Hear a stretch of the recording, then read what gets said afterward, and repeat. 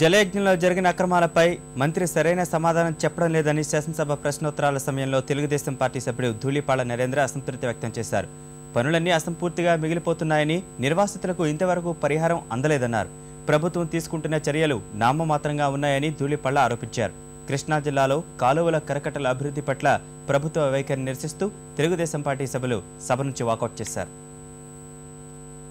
మనం లక్షలాది ఎకరాలు ల్యాండ్ ఎక్వైర్ చేసినాం అధ్యక్ష.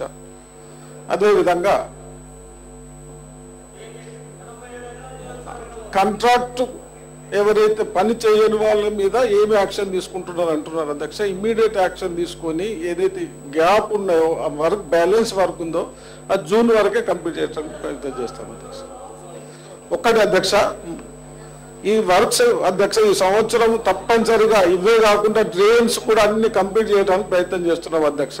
ఎక్కడ రైతులకు ఇబ్బంది కాకుండా ప్రయత్నం చేస్తూ ఉన్నాం. దాంట్లో భాగంగా ఇది కూడా జూన్ వరకు కంప్లీట్ చేస్తాం అధ్యక్ష.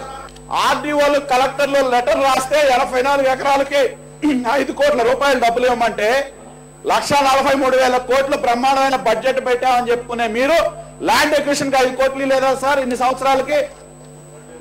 అందుట్లో ఫ్లడ్ ఏరియా అది. కాబట్టి మంత్రి గారు మేము కోరేది ఏంటంటే జలయజ్ఞం పేరు మీద పెద్ద పెద్ద కాంట్రాక్టర్లకు అప్పచెప్పి వాళ్ళ పనులు చేయకపోయినా ఈ ప్రభుత్వం ప్రేక్షక పాత్ర వహిస్తా ఉంది. జలయజ్ఞం పేరున ధనయజ్ఞంగా మారుస్తున్నారు తప్పితే రైతుల యొక్క సమస్యలు పట్టించుకునే పరిస్థితి లేదు.